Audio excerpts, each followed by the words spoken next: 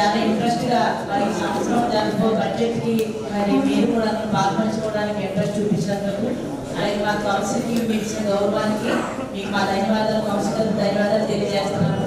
అలాగే మీకు మీకోసం కూడా మరి గౌరవ సభ్యులందరూ కూడా ఇంతసేపు ఎదురు చూసినందుకు మరి గౌరవ సభ్యులు కూడా నా ధన్యవాదాలు తెలియజేస్తున్నాను. ఇక సమావేశం అందరూ కూడా ప్రత్యేకించి మున్సిపల్ ప్రోగ్రామ్స్లోకి ఈరోజు నాటసాల దాని మీద ఒకసారి అందరూ కూడా అపాలజీ చెప్తూ మీటింగ్ స్టార్ట్ చేస్తారు. అపాలజీ చెప్తా ఉన్నాను. కానీ ఈరోజు రాష్ట్ర ప్రభుత్వం కార్యక్రమం పెట్టింది కాబట్టి ఇద్దరు మంత్రివర్యులు రాష్ట్ర అధికారులు చాలా మందికి వచ్చారు కాబట్టి దానివల్ల కొంచెం డిలే అయింది. సార్ అందరినీ క్షమించమని కోరుకుంటున్నాను. ఎందుకంటే చాలా ఇంట్రెస్ట్ గా ఎక్కువ భాగం సింహభాగం మీరు ప్రతి విషయంలో కూడా చాలా ఇంట్రెస్ట్ గా ఉంటూ ఎక్కడ ఏది ఇబ్బంది మీకు ధన్యవాదాలు తెలియజేస్తున్నాము. సంవత్సరంకు సవరించిన బడ్జెట్ మరియు సవరణ బడ్జెట్ను 2023-24 సంవత్సరపు అంచనాల్లోని అంతిమ విలువలను ఆధారంగా తీసుకొని తయారు చేయడమైనది. 2025-26 సంవత్సరం బడ్జెట్ అంచనాలు కూడా 2024-25 సంవత్సరపు సవరించబడిన బడ్జెట్లోని సాధారణ మరియు మూలధన ఖాతాలోని అంచె నిల్వలను తీసుకొని తయారు చేయడమైనది. ప్రభుత్వం నుండి ప్రతి సంవత్సరం వచ్చే గ్రాంట్లను మరియు నష్టపరిహారములు తదితర పద్ధతులకు ఎదురుగా చూపిన విధముగా రాబడి వచ్చినని అంచనా వేయడమైనది. అలాగే ఖర్చుల విషయంలో కూడా రాబో సంవత్సరంలో తమ విధంగా అంచనా వేసి ఈ బడ్జెట్ తయారు చేయడమైనది. 2 లక్షలు గాను 2025-26 సంవత్సరం బడ్జెట్ ప్రారంభ నిల్వగా చూపబడి అన్ని ఖాతా పద్ధతుల కింద సాధారణ మరియు మూలధన రాబడి ప్రారంభ నిల్వతో సహా 2025-26 సంవత్సరంలో గాను 21,079.96 లక్షలు గాను మొత్తం ఖర్చు 19,681.70 లక్షలు గాను మరియు మిగులు నిల్వ 1398.20 లక్షలు గాను అంచనా వేయడమైనది. 2024-25 సంవత్సరంలో సవరించిన బడ్జెట్ మరియు 25-26 సంవత్సరంలో బడ్జెట్ అంచనా సంగ్రహ పట్టిక. 2024-25 సంవత్సరంలో బడ్జెట్ అంచనా లక్షల్లో 24-25 సంవత్సరంలో సవరించిన బడ్జెట్ అంచనా లక్షల్లో 25-26 బడ్జెట్ అంచనా లక్షల్లో ప్రారంభ విలువ 3,801.19 లక్షలు, 6,070.52 లక్షలు, 3,823.82 లక్షలు. మొత్తం జమలు 15,333.95, 13,674.80, 17,256.15. మొత్తము 19,135.14 లక్షలు, 17,745.32 లక్షలు, 21,79.90 లక్షలు. మొత్తం ఖర్చులు 18,071.60, 13,921.50, 19,640.70. మిగులు విలువ 10,61.54 లక్షలు, 3,823.42 లక్షలు, 1,398.27 లక్షలు. జీవోఎంఎస్ నంబర్ 245 ఎంఏ తేదీ 19/7/2004 షెడ్యూల్ తెగల వారికి మరియు స్త్రీ శిశు సంక్షేమం మరియు వికలాంగుల సంక్షేమం కొరకు ప్రత్యేకంగా కేటాయించబడిన నిధులు. సంవత్సరము అభివృద్ధి పనులు కేటాయించిన నికర నిధులు షెడ్యూల్ కులాల వారికి 15.20% లక్షల్లో, షెడ్యూల్ తెగల వారికి 6.60% లక్షల్లో, స్త్రీ మరియు శిశు సంక్షేమం కొరకు 5% లక్షల్లో, వికలాంగుల సంక్షేమం కొరకు 3% లక్షల్లో. సవరణ 2024-25 1173.30, 178.34, 77.43, 58.66, 35.19. అంచనా 2025-26 1189.45, 165.59, 71.90, 54.47, 32.68. జీవోఎంఎస్ నంబర్ 1148 ఎంఏ తేదీ 23/7/2009 అనుసరించి నగరపాలక సంస్థ నికర రెవెన్యూ నిధుల నుండి ఉడికవాడల అభివృద్ధి వరకు నిధులు కేటాయింపు. సంవత్సరము మొత్తం రెవెన్యూ నిధులు లక్షల్లో, మొత్తం రెవెన్యూ ఖర్చులు వర్కింగ్ బ్యాలెన్స్ లక్షల్లో, నికర నిధులు లక్షల్లో, నికర నిధులలో మురికివాడల అభివృద్ధి కొరకు కేటాయించబడిన 40% నిధులు లక్షల్లో. సవరణ 2024-25, తుడిచిన 2025-26 10,850.435.78. దృష్టికి తీసుకున్నాను. జనార్దన్ రావు గారికి, అదేవిధంగా సంతోషపాటి శాసనసభ్యులు, ఈ ప్రాజెక్టులో మన మున్సిపాలిటీకి వచ్చే ఆదాయం మొత్తం 94 కోట్ల రూపాయలు మన వేతనాలకి కార్యాలయం ఖర్చులు చేపడుతుంది అధ్యక్ష. మనం ఆదాయం పెంచుకోవడానికి చాలా ముఖ్యమైన హౌస్ ట్యాక్స్ అధ్యక్ష.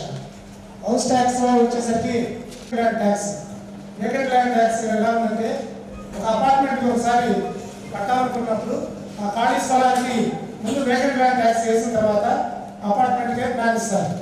అది జరగకుండా కొంత ఏమవుతుందంటే వేకెంట్ ల్యాండ్ ట్యాక్స్ కాకుండా చిన్న రూమ్ ఉన్నట్టు లేదా ఏదో కట్టడం ఉన్నట్టు దానికి పన్ను వేయడం వల్ల మున్సిపాలిటీ చాలా ఆదాయం తగ్గిపోతుంది అధ్యక్ష.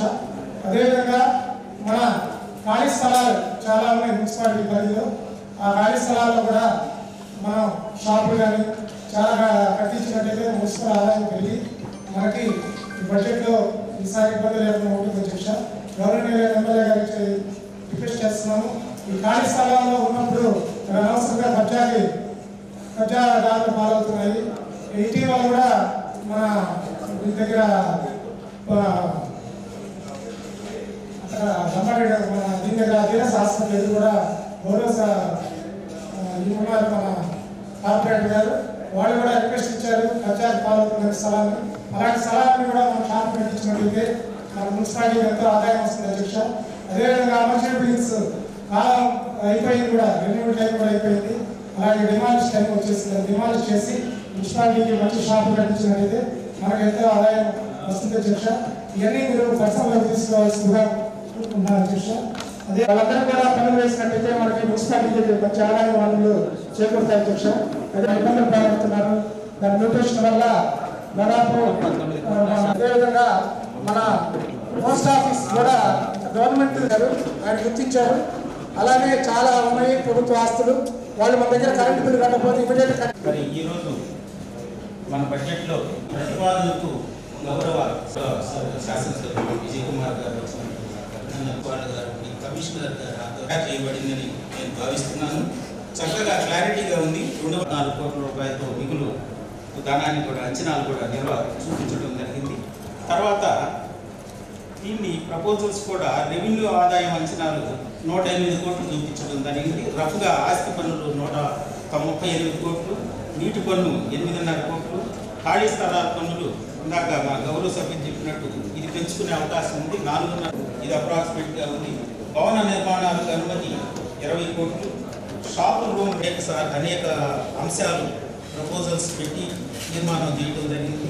ఆ బీవాటి పద్ధతులు అమలుచడం జరిగింది. దీనికి 15 ఫైనాన్స్ నుంచి 18 కోట్లు, ఓడా ఫండ్స్ నుంచి 10 కోట్లు, ఎన్క్యాప్ నుంచి 5 కోట్లు, ఎంపీ ల్యాండ్స్ నుంచి 2 కోట్లు. ఈ విధంగా చాలా క్లారిటీగా దీనికి సంబంధించింది కూడా 52 కోట్ల రూపాయలు చెప్పడం జరిగింది.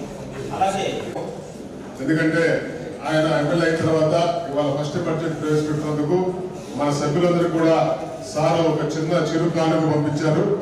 ఓన్లీ కార్పొరేటర్స్ వరకు వాళ్ళందరూ కూడా దయచేసి మీ లంచ్ కార్యక్రమం అయిన తర్వాత మీ యొక్క ఆయన మన కేటాయించినటువంటి మన గిఫ్ట్ని కూడా అందరి సభ్యులు కూడా తీసుకెళ్లాలని చెప్పి ఈ సందర్భంగా మీ అందరికీ తెలియజేసుకుంటూ అందరూ కూడా హృదయపూర్వకంగా అభినందిస్తూ నేను సెలవు తీసుకుంటాను. ఏర్పడిన తర్వాత సంస్థలో ఇవాళ ప్రవేశపెడతారనుకున్న అధ్యక్ష. మరి బడ్జెట్ ఎక్స్పెండిచర్ 2025-26లో ఇవాళ క్షుణ్ణంగా క్యాపిటల్ ఎక్స్పెండిచర్ చూసాం అధ్యక్ష. ఎక్కడ కూడా ప్రభుత్వం నుంచి వచ్చేటువంటి నిధుల యొక్క జాడ కనపడలేదు అధ్యక్ష. గత మన హయాంలో కూడా ఇట్లాంటి బడ్జెట్ని మనం పొందుపరచడం జరిగింది అధ్యక్ష. మరి ఎక్కడ కూడా ప్రత్యేకత లేదు అధ్యక్ష. మరి ఇవాళ ఒకటే నేను మీ ద్వారా గౌరవ కమిషనర్ గారిని అడుగుతున్నాను అధ్యక్ష. వాటర్ వర్క్స్లో చాలా ప్రాధాన్యత తగ్గించారు అధ్యక్ష. ఒంగోలు నగరంలో ఇవాళ పరిస్థితి ఇంకా సమ్మర్ స్టార్ట్ కాలేదు అధ్యక్ష. చాలా అంటే చాలా మనకి దావాద్రి అంటే వాటర్ స్కేర్సిటీ అనేది క్షుణ్ణంగా కనిపిస్తుంది అధ్యక్ష. శివారు నగరాల్లో ఉన్నటువంటి ప్రజలు వాటర్ ట్యాంకర్లు కూడా అందకుండా చాలా దీనత్వం ఉన్నారు అధ్యక్ష. బడ్జెట్ అంటేనే అంచనాలు అధ్యక్ష.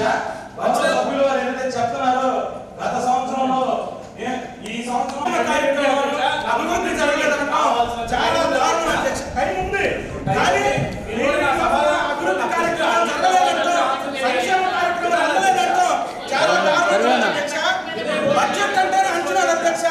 గత 5 సంవత్సరాల్లో అంచనాలు వాస్తవానికి దూరంగా ఉన్నాయనేది చాలా కరెక్ట్ అధ్యక్ష. అంతేకాకుండా బడ్జెట్ అయితే వాస్తవానికి చాలా దగ్గరగా ఉంది అధ్యక్ష. ఏదైతే పార్టీలకు అతీతంగా నగర అభివృద్ధి జరగడానికి ఈ రోజున శాసనసభ్యులు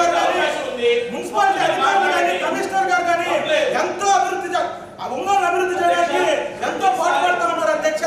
అదేవిధంగా మన ఎమ్మెల్యే గారి ఉద్దేశం అయితే, గౌరవ శాసనసభ్యుల వారి ఉద్దేశం ఏదైతే పార్టీలకు అతీతంగా ఎవరు వచ్చినా కూడా వారికి పనిచేసి పంపిస్తా ఉన్నారు అధ్యక్ష. అదేవిధంగా మనం ఇప్పుడు చూసుకున్నట్టయితే అంకెల రిజర్వేషన్స్ ఏంటి ఏదైతే మార్కెట్ లో కొట్లు ఉన్న వాళ్ళకి అన్యాయం చేస్తున్నారని చెప్పి బకాయిలు అడగటం అన్యాయం అధ్యక్ష. మేము అడుగుతా ఉన్నాం, బకాయిలు అడిగితే మార్కెట్ లో వాళ్ళకి అన్యాయం చేస్తున్నాం అంటున్నారు. వాళ్ళు బకాయిలు పడి ఉన్నారు, మున్సిపాలిటీకి రావాల్సిన బకాయిలు అది ఎక్కడ బకాయిలు కాబట్టి అడుగుతున్నారు. పోతే అన్ని వసూలుకి కృషి చేసి ప్రభుత్వం నుంచి గ్రాంట్స్ వచ్చిన దయచేసి వాస్తవాలు తెలుసుకొని అందరూ పనిచేసి ఎమ్మెల్యే గారి ఆశయం నెరవేర్చాలని మరి కౌన్సిల్ సభ్యులందరూ అదేవిధంగా పనిచేస్తారని మనస్ఫూర్తిగా కోరుకుంటున్నాం. ఏదైతే గవర్నమెంట్ మీద, ప్రభుత్వం మీద, కౌన్సిల్ మీద మట్టి చల్లకుండా వాస్తవాలు మాట్లాడాల్సిందిగా కోరుకుంటాం.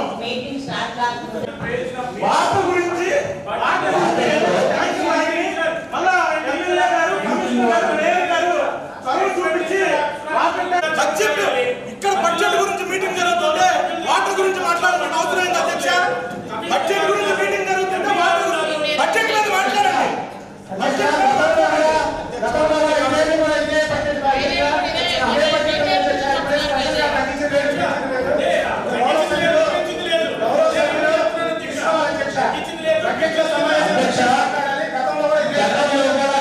అమృత 1, అమృత 2 పథకాలు 2 రన్నింగ్లో ఉన్నప్పుడు దీనిలో స్పెషల్గా పెట్టాల్సిన అవసరం లేదు. అది గౌరవ సభ్యులు తెలుసుకోవాల్సిన అవసరంగా తెలియజేస్తున్నా. మీరు బడ్జెట్ మీద మాట్లాడాలి, అంతవరకే మాట్లాడాలి, కానీ మిగతా విషయాలు మాట్లాడకుండా మీరు మాట్లాడితే బాగుంటుందని చెబుతున్నాం. గౌరవ సభ్యులు మాట్లాడే వాస్తవాలు మాట్లాడే జగన్మోహన్ రెడ్డి గారు సర్వనాశనం చేశాడు రాష్ట్రాన్ని, అతాపతులం చేశాడు, 10 లక్షల కోట్ల రూపాయలు అప్పులు చేసి రాష్ట్రాన్ని సర్వనాశనం చేశాడు. ఆ విధంగా ఈ కోటి ప్రభుత్వం చేయకుండా పద్ధతి ప్రకారం ఫెయిల్ మేనర్లో ఒక సంక్షేమ పెట్టుకుని చేసుకుంటా పోతున్నారు. అది మీరు గమనించాలి. ఇప్పటి ఉన్నాయి అధ్యక్ష. అంటే దీన్ని బట్టి మనకి దాదాపు కొంత వేరియేషన్స్ అనేవి బడ్జెట్ లో క్లియర్ గా కొంచెం కనపడుతుంది అధ్యక్ష. అంటే యాక్చువల్స్ కి 2020 ఇప్పుడు ఈ రోజు మనం పెట్టే 2025-26 కొత్త బడ్జెట్ అయితేనేమి, రివైజ్డ్ బడ్జెట్ అయితేనేమి కొంత తేడా అనేది కొంచెం ఎక్కువగా కనపడుతుంది అధ్యక్ష. మరి అదేవిధంగా అధ్యక్ష 2024-25 రివైజ్డ్ బడ్జెట్, మరి ఈరోజు రివైజ్డ్ బడ్జెట్ కూడా మనం పెట్టుకుంటాం అధ్యక్ష. ఈ రివైజ్డ్ బడ్జెట్ అనేది 2024-25 అనేది డిసెంబర్ వరకు, 2024 డిసెంబర్ వరకు మీరు పూర్తి చేసిన బడ్జెట్ ఈ 3 నెలలు కూడా కలుపుకొని పెట్టారా, లేదంటే ఓన్లీ, ఎందుకంటే ఆల్రెడీ జనవరి వరకు మనకి యాక్చువల్స్ వచ్చేసినాయి అధ్యక్ష. 2024-25 జనవరి వరకు మనకి ఎంత కలెక్ట్ అయింది మనకి అనేది, ఎక్స్పెండిచర్ ఎంత అనేది మనకి క్లియర్ కట్ గా మన దగ్గర ఉంది అధ్యక్ష. మరి ఇది ఏ విధంగా ప్రవేశపెట్టారనేది రివైజ్డ్ బడ్జెట్ మీ ద్వారా నేను అకౌంట్ సెక్షన్ వాళ్ళు అడుగుతున్నాను అధ్యక్ష. చూస్తున్నారా జనవరి వరకు? సభ్యులందరికీ నమస్కారం. గౌరవ మేయర్ ద్వారా సభ్యులకు తెలియజేయడం ఏమనగా, యాక్చువల్స్ అనేది డిసెంబర్ వరకు అయినటువంటి ఖర్చులు యాక్చువల్గా తీసుకొని రాబోయే 3 నెలల్లో వచ్చేటువంటి ఖర్చులు కూడా అంచనా వేసి రివైజ్డ్ బడ్జెట్ కింద తీసుకున్నాం. యాక్చువల్స్ అనేది మీకు అక్కడ కనపడదు. మేము ఆ యాక్చువల్స్ని దృష్టిలో పెట్టుకొని రాబోయే 3 నెలల్లో వచ్చేటువంటి ఖర్చులు చూసి సవరణ బడ్జెట్ తయారు చేశాం. తర్వాత ఇంకొకటి సార్ అంటే, సార్ ఇంతగా అడుగు స్మార్ట్ సిటీ గురించి అడిగారు. స్మార్ట్ సిటీ అనేది లిమిటెడ్ కార్పొరేషన్ యాక్ట్ కింద ఉంది. దానికి ఏంటంటే ఒక బోర్డ్ ఆఫ్ డైరెక్టర్స్ ఉన్నారు. ఆ బోర్డ్ ఆఫ్ డైరెక్టర్స్ ఫామ్ అయిన తర్వాతే వాటికి సంబంధించినటువంటి ఖర్చులు కట్టారు. దీనికి లిమిటెడ్ కంపెనీకి చార్టెడ్ అకౌంట్ ఒకటి పిఏజీ వాళ్ళు, ఏజీ వాళ్ళు ఒక చార్టెడ్ అకౌంట్ అలాగే కుర్రపాటి కంపెనీ అనే చార్టెడ్ అకౌంట్ని అలాట్ చేశారు. కానీ మన అకౌంట్ తీసుకునే దానికి వాళ్ళకి రీఇంబర్స్మెంట్ ఇచ్చారంటే వ్యతిరేకించారు. కాబట్టి ఫర్దర్గా చార్టెడ్ అకౌంట్ అపాయింట్ అయిన తర్వాత, బోర్డు ఫామ్ అయిన తర్వాత దాంట్లో ఉండేటువంటి 3,65,00,000 ఖర్చు పెట్టారు. దానికోసం పిఏజీ వాళ్ళకి కరెస్పాండెన్స్ జరుపుతాము. తర్వాత చార్టెడ్ అకౌంట్ వస్తానే బోర్డు ఫార్మేషన్ చేసి బోర్డులో తీసుకునే నిర్ణయాన్ని బట్టి అమౌంట్ ఖర్చు పెట్టారు. ఇంకొకటి ఏంటంటే సార్ చెప్పినటువంటి దాంట్లో క్యాపిటల్ ఎక్స్పెండిచర్ 40 కోట్లు ఉంది. మనం 15 కోట్ల వరకే వచ్చిందని చూపించారు. కానీ మామూలుగా 24-25 బడ్జెట్లో మనం 40 కోట్లు క్యాపిటల్ షిఫ్ట్ లాగా పెట్టాము. కానీ ఇప్పుడు మనము సవరించిన అంచనాలలో 15 కోట్లు మాత్రమే తీసుకుని ఉన్నాము అంచనా. ఎందుకంటే ఓన్లీ 15 ఫైనాన్స్ గ్రాంట్ మాత్రమే 9 కోట్లు మాత్రమే వచ్చింది. ఎన్క్యాప్ గ్రాంట్ ఒక 4 కోట్ల 20 లక్షల సంథింగ్ ప్రొసీడింగ్ వచ్చింది కానీ అడ్జస్ట్ కాలేదు. కాబట్టి అది వచ్చి 15 కోట్ల దాకా అవుతుందని అంచనా వేశాం. ఇంకా తర్వాత ఇంకోటి ఏంటంటే 15 ఫైనాన్స్ సంబంధించినటువంటి గ్రాంట్ మార్చి నెల లాస్ట్లో అడ్జస్ట్ చేయడానికి అవకాశం ఉంది. కాబట్టి ఆ క్యాపిటల్ డిస్ట్రిబ్యూషన్ పెరిగేదానికి అవకాశం ఉంది. కాబట్టి నేను డ్యూ అది 2017-18 నుంచి కొనసాగుతూ వచ్చింది 10 కోట్లు. మనము అక్కడి నుంచి మామూలుగా టౌన్ ప్లానింగ్ నుంచి వచ్చినటువంటి డిమాండ్ అది మనకు రావాల్సినటువంటి బకాయి కాబట్టి ప్రతి బడ్జెట్లో చూపిస్తూ వస్తున్నాం. దానికి ఏంటంటే గవర్నమెంట్ అది మేము ఇవ్వాల్సింది, అది అందరికీ ఉండేటువంటి బకాయిలు. కాబట్టి బడ్జెట్ కోసం అది రావాల్సినటువంటి బకాయి వస్తున్నారని అంచనా చేస్తే దాదాపు మనకు వచ్చింది 1,78 లక్షల అధ్యక్ష. ఇప్పుడు దాన్ని 4,50,00,000గా చూపిస్తున్నాం అధ్యక్ష.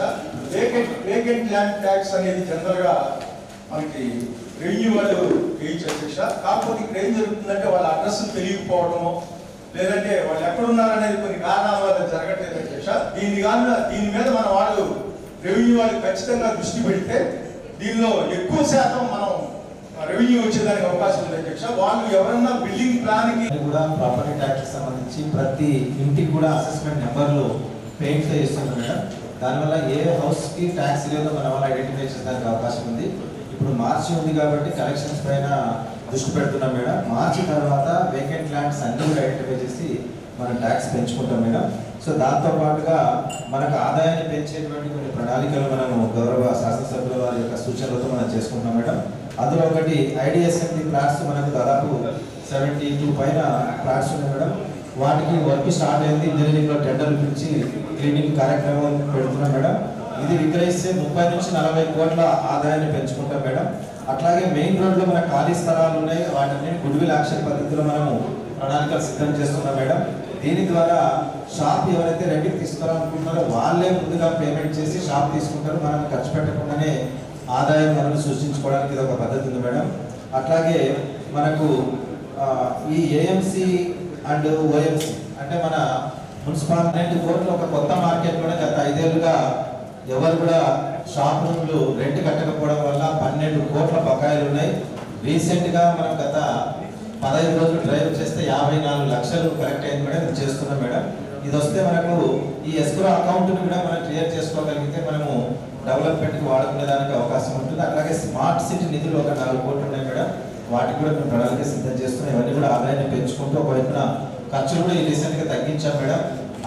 అనవసరంగా ఉన్నటువంటి ఎంప్లాయీస్ని మనం కొంతమంది తొలగించాము. అట్లాగే డీజిల్ ఖర్చులు తగ్గించడానికి కూడా మనము వాహనాలన్నింటికి కూడా జియో ట్యాగింగ్ చేసేసుకొని మనము దాదాపు 1.5 లక్షల ఇంజనీరింగ్ సెక్షన్ ద్వారా రీసెంట్గా మనం తగ్గించాలి 15 రోజులకి మేడం. ఇటు ఆదాయం పెంచుకుంటూ మరొక వైపున ఖర్చులు తగ్గించుకుంటూ మనం ముందుకు వెళ్ళాలని చెప్పేసి గౌరవ మేయర్ గారికి, గౌరవ సభ్యులకు, అలాగే గౌరవ శాసనసభ్యులు ఇద్దరు కూడా రామచంద్ర జనార్దన్ రావు గారు అలాగే విజయ్ కుమార్ సార్ గారు తెలియజేస్తున్నారు. Thank you madam. చాలా సంతోషం. మేయర్ గారు కానీ మా కమిషనర్ గారు అందరూ కూడా మంచి బడ్జెట్ని ఈరోజు ప్రవేశపెట్టారు. దాంట్లో ఈరోజు చూసుకుంటే రిసీప్ట్స్ వచ్చే లోపలికి 172 కోట్ల వేలు చూపించారు. అదేవిధంగా ఎక్స్పెండిచర్ వచ్చేసి 196 కోట్ల 81,70,000 ఖర్చు చూపించారు. మిగులు బడ్జెట్ మనకి ఇంకా కూడా ఎక్సెస్గా 10 కోట్లు మనం చూపించడం జరిగింది. ఎందుకంటే రెవెన్యూ రిసీప్ట్స్లోకి వచ్చే లోపలికి 108 కోట్ల 50,75,000 రెవెన్యూ రిసీప్ట్స్ ఉంటే ఆ రెవెన్యూ ఎక్స్పెండిచర్ 97 కోట్ల 61,30,000 ఉంది. కాబట్టి దాంట్లో డిఫరెన్స్ ఒక 10 కోట్లు ఎక్సెస్గా ఈ బడ్జెట్లో మనం చూపించడం జరిగింది. కాబట్టి ఉండే పరిస్థితులు ఏ విధంగా ఉన్నాయో కూడా మన సభ్యులందరూ కూడా మనం అందరం ఆలోచించుకోవాలి. ఈరోజు ఎన్డీఏ ప్రభుత్వం వచ్చేసి 8 నెలలైంది. 8 నెలల నుంచి మేము కూడా పనులన్నీ వదిలిపెట్టేసి పూర్తిగా నియోజకవర్గంలోనే ఉంటా ప్రజలు ఎక్కడ ఇబ్బందులు పడుతున్నారు, మనం ఏం చేయాలనే ఉద్దేశంతో మేమంతా కూడా పనిచేస్తూ వస్తున్నాం. ఒక పక్క చూస్తే పోయినసారి 14-19లో ఒక్కటి కూడా పెండింగ్ లేవు. ఆ టైంలో మేము ట్యాక్స్ కానీ కూడా పర్ఫెక్ట్గా కూడా ఆ రోజుండే పరిస్థితుల్లో తీసుకొచ్చారు, వసూలు చేశారు. ఒక సిస్టమేటిక్గా పనులు జరిగాయి. వారు 19 తర్వాత మొత్తం ట్యాక్స్ అన్నీ కూడా కలెక్ట్ చేయకుండా ట్యాక్స్ అన్నీ కూడా పెండింగ్లు పెట్టి ఈరోజు ఈ కార్పొరేషన్ ఈ విధంగా తీసుకొచ్చిన ఘనత పాత ప్రభుత్వాన్ని ఇవన్నీ కూడా అర్థం చేసుకోవాలి. రాజకీయాలు మాట్లాడాలంటే నేను కూడా మాట్లాడతా, ఏ సబ్జెక్ట్ ఇస్తారో చెప్పండి, అవి కూడా మాట్లాడతాను నేను. కానీ ఇది రాజకీయాల కోసం కాదు. ఇవాళ ప్రభుత్వం కూడా ఇలా ఎన్నికలేమో లేవు, ఇంకా చాలా టైం ఉంది.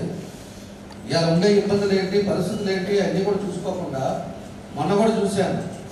మొన్న కూడా చూసి ఏందేందో మాట్లాడారు సభ్యులు. నేను ఆ రోజు క్లియర్గా చెప్పాం, ఈ ప్రభుత్వంలో ఇచ్చారు, మా ప్రభుత్వం వచ్చిన తర్వాత అది కొంచెం చేర్పులు మార్పులు చేస్తున్నాం, వాళ్ళకి ఆ విధంగా చేస్తామని చెప్పి చెప్తున్నాం. దానికి వీళ్ళ ఆర్గ్యుమెంట్స్ ఏంటి నాకు అర్థం కాదు. ఇలా జరుగుతుంది, ఎన్డీఏ గవర్నమెంట్ జరుగుతుంది. ఎన్డీఏ గవర్నమెంట్లో వాళ్ళతో కూడా మాట్లాడుతున్నాం. దాంట్లో కమ్యూనిటీ ఫీలింగ్స్ ఏం కాదు.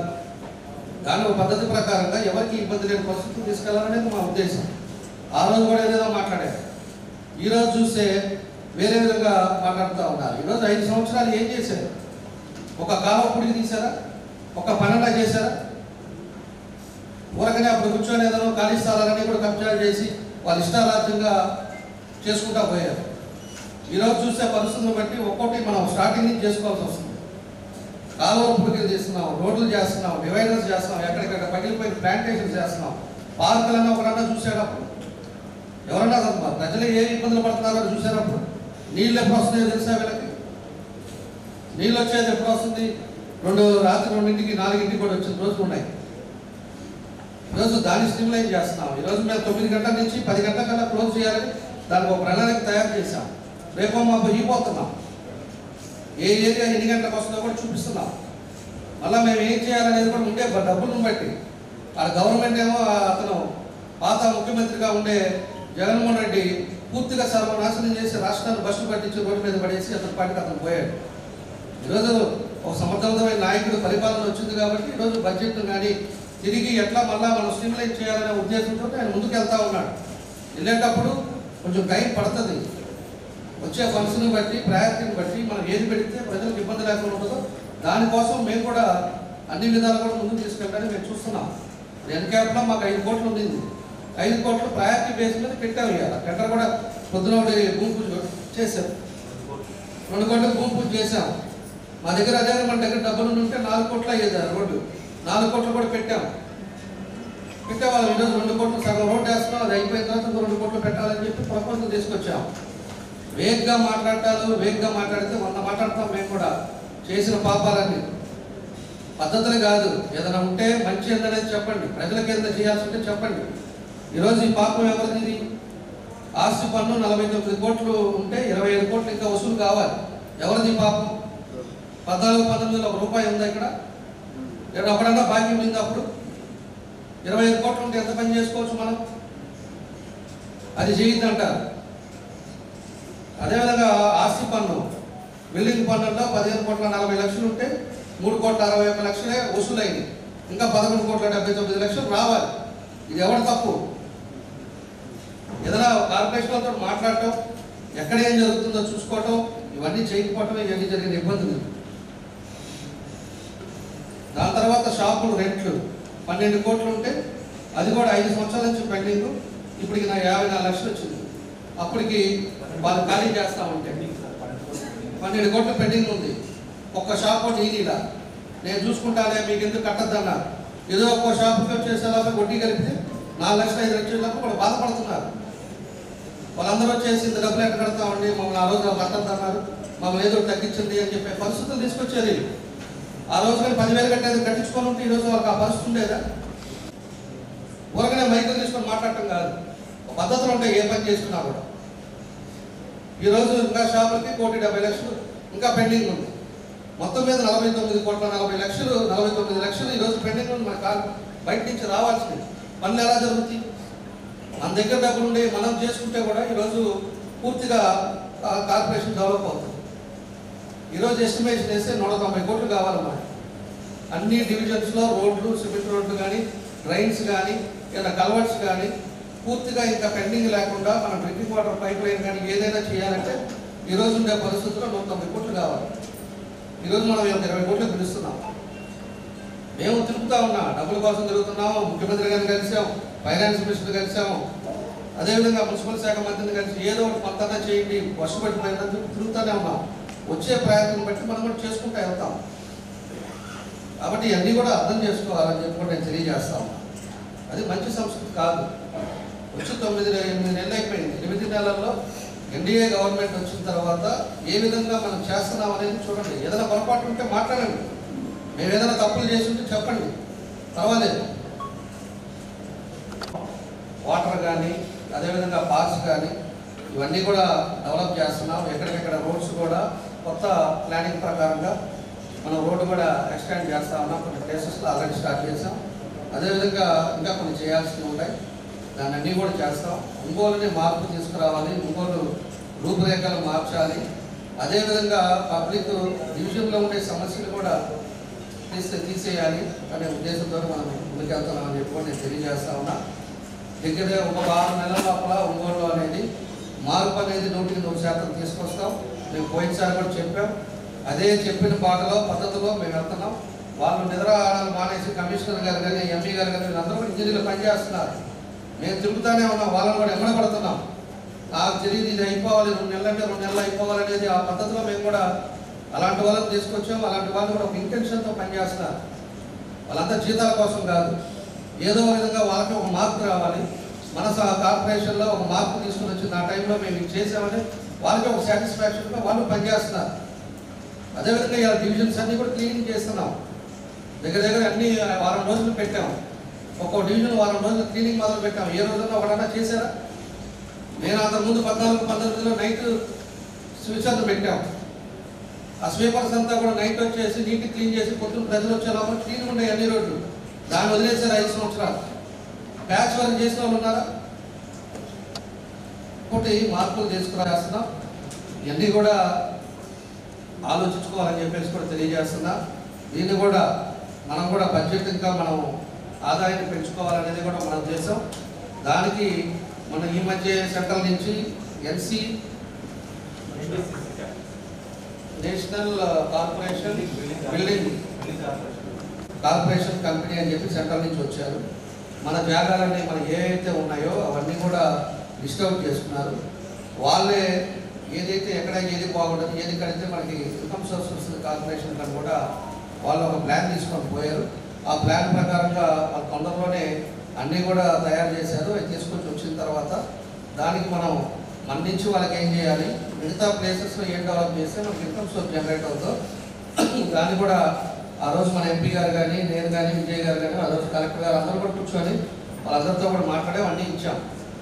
వాళ్ళు కూడా వస్తే దాంట్లో కొంత మనకి ఏమన్నా పనికొచ్చేది ఉంటే దాన్ని మళ్ళీ మన కౌన్సిల్లోనే పెట్టి దాన్ని కూడా అప్రూవ్ చేసి ఇచ్చామంటే దాన్ని ముందుకెళ్తుంది. దాన్ని అది కూడా ముఖ్యమంత్రి గారి నుంచి కూడా తీసుకెళ్ళాలి. అదొకటి జరుగుతూ ఉంది. రెండవది వచ్చేసి మనకి ఏదైతే మనకి ఇంకా ఖాళీలు ఉన్నాయో ఖాళీ సైట్స్ కానీ లేకపోతే ఇన్కమ్ సోర్సు ఇవన్నీ కలెక్ట్ చేయడం కానీ ఇంకా మన సైట్లు షాప్స్ ఎక్కడ ఖాళీగా ఉన్నాయి, పాత షాపులు అయిపోయి పడిపోయేది ఉంది. దీన్ని అన్నీ కూడా మనం కడుతున్నారు. కాబట్టి ఎప్పుడు సెట్ బ్యాక్ అనేది కరెక్ట్గా తీసుకోవాల్సిన అవసరాలు ఉంటాయి. పై డీవియేషన్ కూడా తీసుకోకుండా మనం జాగ్రత్తలు తీసుకోవాల్సి ఉంటుంది. దానికి పెనాల్టీస్ దానికి ఏదైనా వేసి దానికి కూడా మనకి ఇన్కమ్ కూడా వచ్చే అవకాశాలు ఉంటాయని చెప్పి నేను తెలియజేస్తా ఉన్నా. కాబట్టి ఇలాంటివన్నీ చిన్న ఏవైతే ఉన్నాయో దాన్ని అన్నీ కూడా మనం అమలుపరుచుకుంటే కొంత మనం కూడా జనరేట్ అయ్యే పరిస్థితి వస్తుంది. ఈరోజు రాష్ట్రం ఏ పరిస్థితి ఉందో మన కార్పొరేషన్ కూడా అదే పరిస్థితి. అప్పుడు అన్ని కంపెనీలు వచ్చినాయి, అన్ని కంపెనీలు వెళ్ళిపోయినాయి. ఈరోజు ఏది ఒక్కటి కూడా డెవలప్మెంట్ కాక ఈరోజు ఇన్కమ్ సోర్స్ లేదు. ఇన్కమ్ సోర్స్ స్టేట్కే లేదు, మనకి లేదు. ఇంకా అప్పులు చేశారు కాబట్టి 11 సీట్లతోటి రాష్ట్రంలో తీసుకొచ్చి పక్కన కూర్చోబెట్టారు. ఇవన్నీ కూడా గమనించుకోవాలి, చేసిన పొరపాట్లు ఏంటి అనేది. అంతేగాని ఎదుటోళ్ళ మీద మాట్లాడుకోవడం లేకపోతే కార్పొరేషన్లో నేను మాట్లాడితే నేను హీరోలు అవుతాను అనుకుంటే అది కరెక్ట్ కాదు. ఏదైనా ఉంటే తప్పు ఉంటే తప్పుగా మాట్లాడాలి. వ్యవస్థ గురించి మాట్లాడాలంటే నేను చాలా మాట్లాడతానని చెప్పి కూడా సభ్యులు కూడా నేను తెలియజేస్తా. ఈరోజు ఒక మంచి కార్యక్రమం బడ్జెట్ ప్రవేశపెట్టారు. ఇంకా కూడా నెక్స్ట్కి వచ్చాక మనం బడ్జెట్ కూడా ఇంప్రూవ్ చేసుకుందాం. ఇంకా ఎక్కడెక్కడ కలెక్షన్స్ ఉన్నాయో దాని మీద కూడా నేను మనం సీరియస్గా చెప్పాం. మనకు రావాల్సిన 49 కోట్లు వసూలు చేయాలి. వాళ్ళు ఒక పక్క వ్యాపారం చేస్తారు, వాళ్ళ మీద నాకు కక్ష కాదు, లేకపోతే మాకేమి వ్యక్తిగతంగా మాకేమో లేదు. వాళ్ళ మీద వడ్లు అమ్ముకునే వాళ్ళు, కూరగాయలు అమ్ముకునే వాళ్ళ మీద మాకేముంటుంది. వ్యవస్థ బాగుండాలని చెప్పి వాళ్ళని తీసి వాళ్ళకి కూడా ఆల్టర్నేటివ్ వాళ్ళ షాప్స్ కట్టిస్తామని చెప్తున్నాము. రేట్లతో కట్టించేసి ఒక దగ్గర పెడతామంటున్నాం. వాళ్ళు ఇబ్బంది పెట్టాలని కాదు. ఏదైనా రోడ్డు వైండింగ్స్లో పోయినలో కూడా వాళ్ళతో మాట్లాడుతున్నాం. వాళ్ళకు కూడా సపరేట్గా ప్లేస్ చూస్తున్నాం. ఈరోజు అండర్ పాస్ శాంక్షన్ అయిపోయి వర్క్ జరుగుతుంది. జూలైకి అండర్ పాస్ రెడీ అయిపోతుంది. రైల్వే ఎప్పటి నుంచి ఉంది అది పెండింగ్. అక్కడ 5 ఇల్లు అడ్డం వచ్చినాయి. 5 ఇల్లు కూడా వేరే దగ్గర అలాట్ చేసి కట్టిమని కూడా చెప్తున్నాం. పబ్లిక్ కూడా ఇబ్బంది కాకుండా వాళ్ళు కూడా అదేవిధంగా ఉండేటట్టుగా దాన్ని కూడా తీసుకుంటున్నాం. మేము ప్రికాషన్స్ తీసుకొని వాళ్ళు కూడా సంతోషంగా ఉండాలనేది మా ఉద్దేశం. అంతేగాని ఏదో అందరినీ అటు బాగా కొట్టేసో లేకపోతే వాళ్ళందరినీ తీసేయటం వల్ల నాకు వచ్చేది ఏమన్నారు. చెత్త అనేది లేకుండా చేసే పరిస్థితులు తీసుకొస్తాం. కరెంట్ కూడా స్ట్రీమ్లైన్ చేస్తాం. డ్రింకింగ్ వాటర్ ఈ వీక్లోనే టైమింగ్స్ కూడా ఏ డివిజను ఏ టైంకి వస్తుంది అని చెప్పేసి మార్నింగ్ 5 to ఈవినింగ్ 10 లోపల డ్రింకింగ్ వాటర్ కూడా స్ట్రీమ్లైన్ చేస్తాం. అదేవిధంగా చెత్త కూడా రోడ్డు మీద వేసే వాళ్ళ మీద పెనాల్టీస్ తీసుకుంటాం. డ్రింకింగ్ వాటర్ కూడా మన జరిగింది చిన్న ఇష్యూ అది. దాన్ని కూడా మాట్లాడాం, పిలిపించి మాట్లాడాం.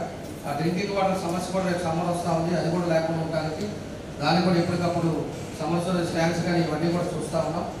దానికి ఏదైతే మనం అంతకు ముందు వేసిన అమృత 1లో మనకి గుళ్ళగామ నుంచి వేసిన పైప్ లైన్ అది కూడా పూర్తయింది కాబట్టి మన ఫిల్టర్ బెడ్స్ కానీ లేకపోతే ఓవర్ ట్యాంక్స్ అయ్యి 80% అయింది. అది కూడా ఒక 2 నెలల్లో నేను ఎమ్మడబడతానే ఉన్నాం. అప్పుడు IHP కంపెనీ వాళ్ళకి ఇచ్చాము. వాళ్ళు కూడా పని మొదలు పెట్టారు. అది పూర్తయితే 40% డ్రింకింగ్ వాటర్ ఎవ్రీ డే ఇవ్వచ్చు. మనకి ఇంకా పరిష్కారం దానికి ఇబ్బంది లేకుండా ఎవ్రీ డే 40% టౌన్కి ఇవ్వచ్చు. మిగతా 60% అమృత్ 2లో ఆల్రెడీ మెగా వాళ్ళకి ఆల్రెడీ శాంక్షన్ అయింది. వాళ్ళకి టెండర్ అయిపోయింది, అగ్రిమెంట్ అయ్యారు. కాకపోతే దాన్ని పెండింగ్ పెట్టున్నారు. నేను సీఎం గారు కూడా అడిగాం. దాన్ని కొంచెం మాట్లాడుతూ ఉన్నాం. దాన్ని ఎట్లా చేయాలో ఒకసారి స్ట్రీమ్లైన్ చేస్తూ ఉన్నాం. ఎందుకంటే అమృత్లో అది వరకు 35% సెంట్రల్ గవర్నమెంట్ ఇచ్చేది ఇప్పుడు కొంచెం పెంచున్నారు. దాన్ని క్యాన్సిల్ చేసి మళ్ళీ పిలుద్దామా లేకపోతే ముందే వాళ్ళ కాంట్రాక్టర్ పెట్టి మళ్ళీ చేస్తారా దాని మీద వాళ్ళు యోచన చేస్తున్నారు. కాబట్టి అది కూడా వస్తే అది ఒక 2 years 2.5 years అది కంప్లీట్ అయితే ఎవ్రీ డే వాటర్ ఒంగోలులో ఇంకా పూర్తిగా డ్రింకింగ్ వాటర్ సమస్య అనేది ఒంగోలు లేకుండా పోతుందని చెప్పి కూడా నేను తెలియజేస్తాను. దాన్ని ఏం చేశారు చెప్పాలి, మాట్లాడే వాళ్ళు కూడా చెప్పాలి. దాని గురించి 3 క్యాన్సర్ మాట్లాడేసి 3 కాంట్రాక్టర్ మారిపోయి వర్కే క్యాన్సిల్ అయ్యి ఈరోజు మళ్ళీ మనం ఎస్టిమేషన్ తెలిస్తే 150 కోట్లు కావాలి. ఎవరు ఇస్తారు దాన్ని? శాంక్షన్ అయిన డబ్బులు ఆ రోజు పర్ఫెక్ట్గా చేస్తుంటే ఈరోజు పోతురాజు కాలం అనేది సమస్య అనేది లేదు. మనకి మేజర్ కాలం అది ఎవరు పాపం ఇది ఒకసారి ఆలోచించుకోవాలి. 150 కోట్లు అంటే ఇప్పుడు ఉండే పరిస్థితుల్లో మనకి ఎక్కడ వస్తాయి అనేది కూడా మనం ఆలోచించుకోవాల్సిన అవసరాలు ఉన్నాయని చెప్పి కూడా ఈ సందర్భంగా మేము తెలియజేస్తున్నాం. అదే కిమ్స్ హాస్పిటల్ నుంచి మళ్ళా ముక్తులపాడు నుంచి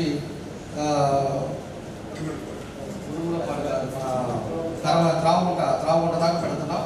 ఎందుకంటే మండలాల నుంచి వచ్చే వాళ్ళు కూడా ఇది ఒక ప్యారలల్ యాక్సెస్ హైవే కూడా వచ్చేదానికి నేను డబుల్ రోడ్ ఒకటి ప్రపోజల్ పెట్టాం.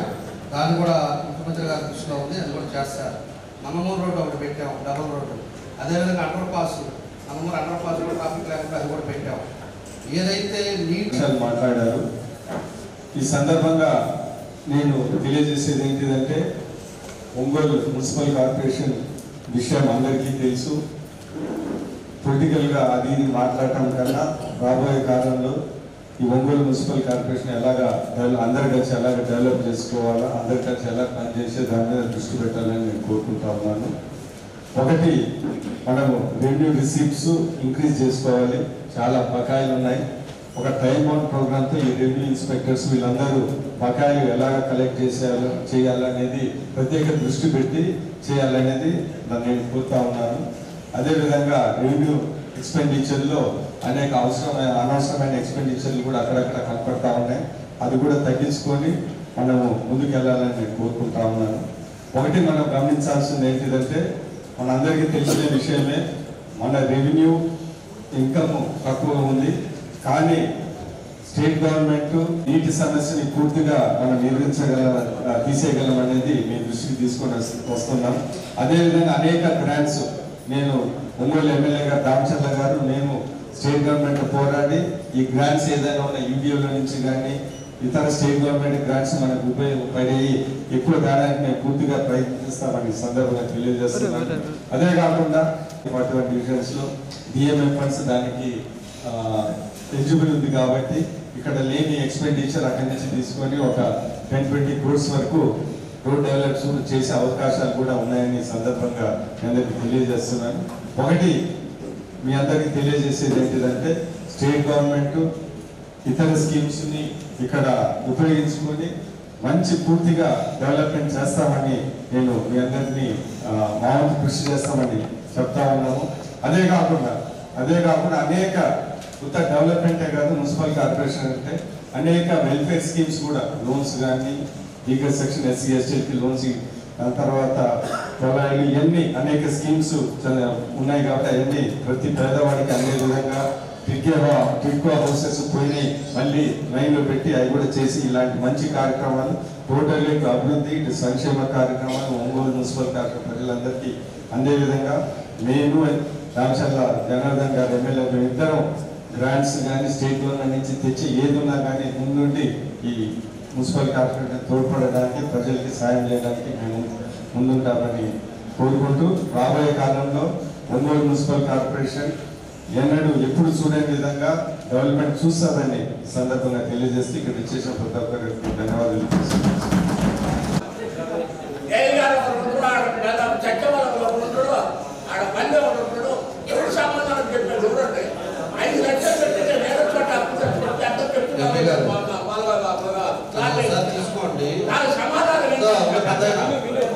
సర్పిడి అమ్మాయి గారు ఎల్లమ్మ చైర్మన్ ఉన్నప్పుడు మాకు బడి పెట్టించారు, అద్దెలు పెట్టినప్పుడు తిరుపూరు పాపయ్య ప్రెసిడెంట్ ఉన్నాడు. తిరుపూరు పాపయ్య గారు ఏదో అధికార ప్రాంతంలో పక్కకు చెప్పుకోరు. అప్పుడు మాకు మా వార్డుకు రావాలి, కదమ వార్డుల గురించి నాకు అనవసరం అండి. మా వార్డుకు రావాల్సిన బిల్లులు మంచి జగరం మొత్తం తక్కువ 6 అడుగుల రోడ్డు మట్టుకు 9 అడుగులు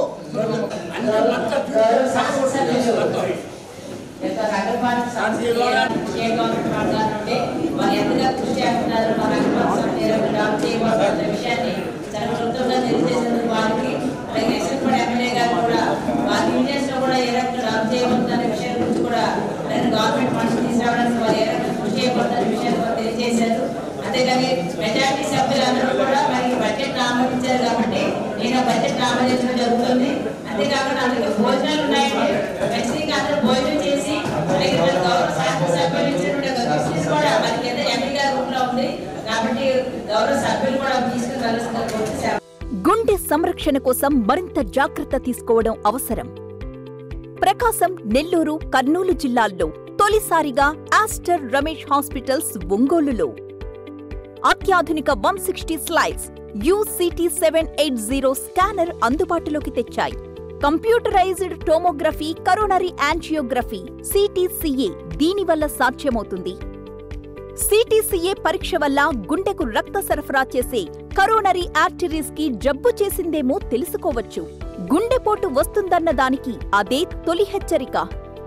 ఇతర పరీక్షలతో పోలిస్తే ఈ ఆధునిక పరీక్ష వల్ల ఎన్నో ఉపయోగాలున్నాయి. అసలు సమస్యని కరెక్ట్గా తెలుసుకుని తగిన వైద్యం చేసే వీలుంటుంది.